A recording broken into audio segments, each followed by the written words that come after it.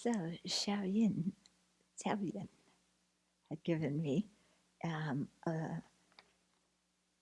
something that one of her safe participants had written and said I might like to comment on it. And indeed, I would like to comment on it because this person brings up a lot of the kinds of questions that people new to the Dharma often bring up.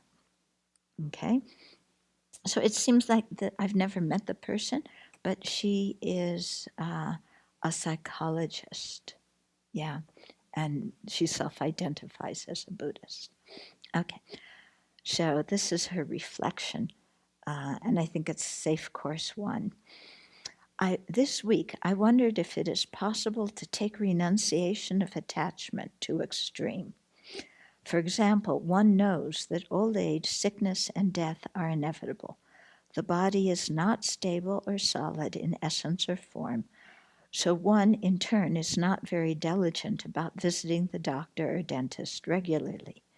In essence, the inevitability of death becomes a way to avoid fully embracing life.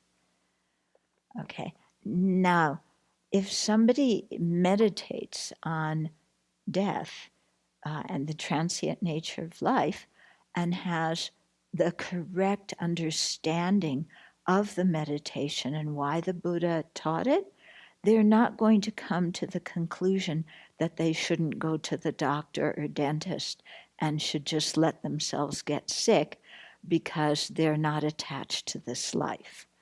Quite to the contrary, the person will understand that although we want to relinquish attachment to this life, which is something that binds us in samsara, we do at present have a precious human life that is difficult to attain, and that on the basis of having a human body, we have human intelligence, which enables us to meet the Dharma, study, contemplate, meditate on the Dharma, attain spiritual realizations. So if anything, somebody who understands death from a Buddhist perspective and understands the incredible potential of this life and the rarity of it, that person will take good care of their health. Not in a way that is imbued with attachment so that they're worried all the time about, oh, my little toe hurts, and I have the sniffles, and not in the hypochondriac kind of way or a fussing kind of way, but simply because they appreciate having this body. They want to keep it in good shape for as long as they can so that they can continue to practice the Dharma. Okay? So, in short, giving up attachment to this life or attachment to this body does not mean that we let our health go down and that we're careless. If anything, it makes us appreciate our body and take good care of it more. But our appreciation is just that. It's appreciation. It's not attachment. Okay, and there's a difference. This is what we have to understand. There's a big difference between being self-indulgent regarding our body and our health and our comfort and simply being practical with the motivation to sustain our life so we can practice. Okay. Okay. Another example might be that one knows that it is challenging to break the habitual propensity for attachment, so one renounces being in committed, intimate partnerships. One aspires to be loving, but not within the container of a formal relationship, where craving, clinging, and aversion are bound to arise. Okay? What's wrong with that? Yeah, it seems like well, she continues, because she apparently thinks that's not wise, even though these negative emotions arise. She says many of the teachings of the Dharma were first offered to the monastic community with strict guidelines regarding appearance and relationships, and I wonder how these teachings translate in form and function to the modern lived experiences of a layperson. Okay, so we hear often from lay people that and even lay Dharma teachers who think that not entering into intimate relationships, not having sexual relationships, is avoiding the fabric of life, avoiding the opportunity that relationships present to us to work on our attachment and anger and so on. Okay? But so they seem to think, well, that's bad to do that. And so I would like to ask them, why do they think it's bad? Isn't there free choice in this world? And there's many people who don't want to be involved in intimate relationships. Shouldn't that be a viable lifestyle choice for all people, whether they're Buddhist or not Buddhist, whether they're monastics or lay? Why do they think it's important to put that stereotype of the purpose of our life is to find a partner, settle down, procreate, and then our children are our legacy that we leave to the world? Shouldn't there be some kind of choice in the matter in society according to people's needs, and like I said, whatever religion or whatever they are. Okay? His Holiness also says regarding this that while in general society, having intimate relationships and sexual relationships is natural and normal, as practitioners who are serious about attaining liberation, we're not adhering to what is natural and normal, okay? Because we're doing something that is very different from the rest of society. We're swimming upstream, okay? So we should not try and say, okay, well, this is natural and normal in the world, so everybody should do it. Okay, if you're trying to attain liberation, then there's ways in which you're not going to correspond with what general society does. And so in abstaining from having intimate relationships, be they emotional or sexual, what we're doing is realizing that attachment and craving and clinging are the chief things that keep us involved in samsara. Yeah? And when the purpose of our life is to get out of samsara, then we're going to stay clear of the things that make us get hooked in samsara. Okay? And so, like I always say, if you weigh 400 pounds, you're not going to make a date to meet your friends at the ice cream shop and think that you're not going to eat ice cream. Yeah? So if people get involved in these kind of relationships, automatically there's attachment and clinging and craving. And for people who have meditated deeply on the Four Noble Truths, we realize that those are afflictions to be abandoned in order to attain liberation. And so we are renouncing the dukkha, or the suffering, involved with attachment and so on. Okay? We're not saying pleasure is bad. We're saying attachment to worldly pleasure diverts your energy from spiritual practice and gets you involved in creating all sorts of negative karma.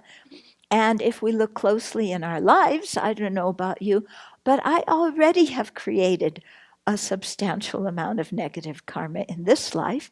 Who knows what I've done in previous lives, and I really don't want any more. And there are enough ways in my relationships in general to work on, dealing with attachment, dealing with anger, dealing with all the things that people have to deal with in an intimate relationship. And it makes it easier to deal with all those other afflictions if you don't have strong attachment to the person that they're, or people that they're arising in terms of, like your partner and kids. Okay? So you still have anger, you still have attachment and jealousy and arrogance. and you work on them as a monastic, yeah, where there's no way to run away from them. Wherever you go in this world, your afflictions follow you. And it is just an easier circumstance to work on these things when you're not embedded in a relationship where there's such strong attachment that clouds your mind and makes it difficult to see things clearly. Okay, so we're not running away from things or running away from reality. We're trying to go towards reality. Okay, and we have to remember that the Buddha himself was a monastic. Yeah, that is saying something. Okay, it's not saying that everybody has to be a monastic. Yeah, but it's saying that, you know, his wish to give up attachment and anger and all the other afflictive emotions is easier to do as a monastic. And already it's hard enough to do as a monastic, isn't it? Yeah. So, you know, the Buddha, you know, clearly thought, I mean, he was in a relationship before, he had a child before. If he, you know, thought that for him personally that was the best lifestyle to attain liberation, he would have stayed there. But he thought for him individually that was not, and so he left it. So you see, there's a choice in lifestyles that people can choose, and there is a value in choosing to have a lifestyle without intimate relationships, sexual or emotional. Okay? Now, in terms of, how this relates to the modern lived experiences of the layperson, I think what the Buddha is saying is, you know, we all have afflictions, monastic or lay, and so we all have to reduce our afflictions because afflictions cause misery. They cause pain now. They cause us to create negative karma that creates pain in future lives. They obscure our mind and prevent us from attaining awakening. So it doesn't matter who you are, diminishing the afflictions is something beneficial. Yeah. So the Buddha's teachings apply to everybody. He may have given a lot of teachings to the Sangha, but he also taught lay people. And in any case, what he taught the Sangha also applies to lay people. Yeah, in terms of the teaching of checking out what is your true cause of suffering. Is it outside or is it coming from your own mind? That applies to everybody. Okay? So I think, you know, the Buddha didn't give those teachings so that everybody would shave their head and put on robes. He gave those teachings so that people would practice within the lifestyle that they felt was most suitable for them. And that lifestyle is going to be an individual choice. Yeah. And so for some people, choosing to be celibate is just, it's too difficult. It's not possible. They want to have a family. They want to have a relationship. That's fine. Nobody's telling them it's bad, it's wrong, they shouldn't do it. That's fine. Be a good lay practitioner. Reduce your afflictions. For the people who are earnest about liberation, then they may want to consider taking monastic precepts. And if that lifestyle suits them, very good. Keep your precepts. And just like everybody else that the Buddha taught, try and reduce your afflictions and eventually eliminate them so that you can attain awakening. Okay, so same teaching, same purpose. Okay? Then, okay, and this is your question. Couldn't there be attachment to the Dharma, craving explanations and clinging to notions and constructs? Also could be self-serving and counterproductive. Is this how the contemporary notion of spiritual bypassing came to be? Okay. If you understand the Buddhist definition of craving and clinging and attachment, you'll see that that all these factors are defined based on exaggeration of the good qualities of someone or something. Okay? In terms of the Dharma, in terms of nirvana, how could you exaggerate the good qualities of them? How could you exaggerate the good qualities of the Buddha? It's not possible. Yeah? So if somebody is making an identity out of being a Buddhist and saying, my religion is right and everybody should be of my religion, yeah, that is some kind of affliction in creating an identity and becoming attached to it, saying this is what I am and it's best. So that's going to be self-grasping and that's going to be arrogance. Yeah. And somebody thinking like that indicates that they actually, in fact, have not understood the Dharma very well. Yeah. Okay. So, I don't see anybody clinging to teachings and craving for teachings in an exaggerated form, yeah, where they're, just beside themselves because they can't get what they want, or that they're obsessed with certain things. I've never seen that, yeah? So I think that this kind of question comes because people have not looked into the exact Buddhist definition of these words, and instead they're confusing attachment with aspiration, with virtuous aspiration, or they're imputing the worldly definition of attachment and craving onto the Buddhist definition. Okay? So I also think that it's important here that we understand something that is a point of difference between psychology and Buddha Dharma. There are many points of similarity, there are many points of difference. But one of the points of difference that I think it's important to understand is that psychology, the purpose is to help you live a happier life in this life. Yeah, psychology doesn't talk about past and future lives. It doesn't talk about, creating the cause for good future rebirths or attaining liberation or whatever. That's something that is a spiritual concern. Psychology is you're trying to get your afflictions to a state where they're manageable in your life so that you can be happy, relatively, knowing that problems will come and that you have the ability to deal with those problems. And that if your mind at some point goes out of whack, you can seek the help of a therapist or a counselor or whatever.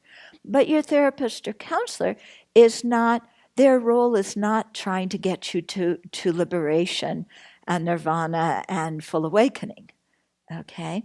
When you're practicing the Dharma, yeah, then your motivation is not so the happiness of this life. Your motivation is going beyond the happiness of this life, wanting spiritual liberation. As you practice the path, of purifying your mind, generating your good qualities, releasing the afflictions, this life automatically becomes happier and more peaceful. Sure, sometimes you go through problems because you have to deal with your wacky, afflictive mind. And our wacky, afflictive mind is right there and we have to deal with it and there's no way to escape from it. But as we practice and gain some control over the afflictions and subdue them, this life becomes happier and more peaceful. But our purpose in subduing the afflictions is because we're aiming for liberation and awakening. We're not aiming simply for to get our afflictions in a reasonable state in this lifetime so that we're, comparatively well adjusted. Okay? So Buddha Dharma and psychology have two different purposes, and it's important to keep those things clear. And what are the purposes of one? What are the purposes of the other? Very often people, who are in therapy would also benefit from the Dharma. And very often people in the Dharma would also benefit from therapy. But they're two different things. Okay? Now, sometimes practicing the Dharma can really help you overcome different psychological issues. I know personally speaking, the Buddha Dharma helped me tremendously in that respect. But, people need to use whatever it helps them in dealing with this life kind of problems. Okay, and psychology can be very good for that. Okay. Now, the concept of spiritual bypassing, that's an interesting one. I'm not quite sure what it means. It seems to mean using spirituality to avoid dealing with your issues. Yeah. But I think if that's how you divide it, using spirituality to avoid dealing with your issues, couldn't there also be spiritual bypassing in terms of if you misunderstand the Dharma and use your misunderstanding of the Dharma, which you think is correct, to avoid looking at your issues? Yeah. For example, saying, what's wrong with, why is attachment considered an affliction? It makes you feel good. If everybody were celibate, we wouldn't have any population in the world. Anger is beneficial because it tells you something is wrong, So could these kinds of things that people say also be a form of spiritual bypassing, because that gives them the reason, the rationale to not look at their craving or clinging or anger or jealousy or whatever it is. Yeah? So I think spiritual bypassing is another whole huge subject, which I'm not going to get into. Okay? So I think this can maybe produce some discussion, and that people should think about this and really, try to think about it with an open mind. Yeah. And if I can just say, I know that the people that I've met in Asia, the lay practitioners in Asia, they don't have any internal conflict about being lay practitioners. Most of them that I talk to, they're completely fine with being lay practitioners. It's they've grown up seeing the Sangha. They see people who keep celibacy, who don't have families. They realize, gee, that's not really what I want from my life. I want to practice the Buddha Dharma very well, but I don't want to live that. And they're peaceful being lay people. What I find among Westerners is that sometimes there's more feeling like, are you telling me I should be monastic, and if I'm not going to practice the Dharma right unless I'm a monastic? No, nobody's telling you that. Yeah, but sometimes I find people a little bit ill at ease, feeling like that it's hard for them to accept being a lay person. This doesn't apply to everybody, but just some people I've met. Yeah, there's actually an article in the latest edition of Mandala where Andy Reistrich, it's an article something like accepting being a lay person and telling his story of how he came to accept that. And he's a long-term practitioner for many, like 30, 40 years. Okay. Just to venture a guess at why Westerners are more torn about being a layperson and a Buddhist, I think it's because we're a very goal-oriented society. Mm-hmm. So we hear the goal is liberation or enlightenment, and we're taught not to half do things. You got to go all the way, basically. There's this pressure. We want to get to that goal. So it's like, well, we better do all that it takes. At least, personally, that's kind of how I see it too. Okay. Yeah. So being very goal-oriented. and thus pushing yourself about what you should do and what you should be. And then, but actually not, what's actually you want to do is something different. So there's a lot of shoulds and ought tos and supposed tos and have tos, which aren't very helpful in spiritual practice at all. Yeah. I think spiritual practice really involves a great deal of self-acceptance of where we're at right now. That doesn't mean we're always going to be like that. We work to improve ourselves and change ourselves. But rather than all this shoulds and ought tos and supposed tos and self-hatred, just to say, this is where I'm at, this is what I'm capable of doing, and I will do my best now, and in the future, I will, try to increase my capacity. And if we have that kind of self-acceptance, then our heart is peaceful with what we're doing, and then we can actually do some good practice. Whereas if our heart is not peaceful with what we're doing, and we're all involved in shoulds and oughts and supposed tos, and I'm a failure and I'm not doing it right, then there's no real practice because our mind is completely filled with all these garbage ideas, and there's no time or space to think clearly. Yeah. It's very fear driven, and I got to get to the goal, and then it's just also impatience. We don't want to wait a few more lifetimes. We want to do it now. Yeah. We want it now. Exactly. Yeah. I want it now. Yeah. I don't want to wait a few lifetimes. Now. Because we have been raised to be very goal oriented. Yeah. But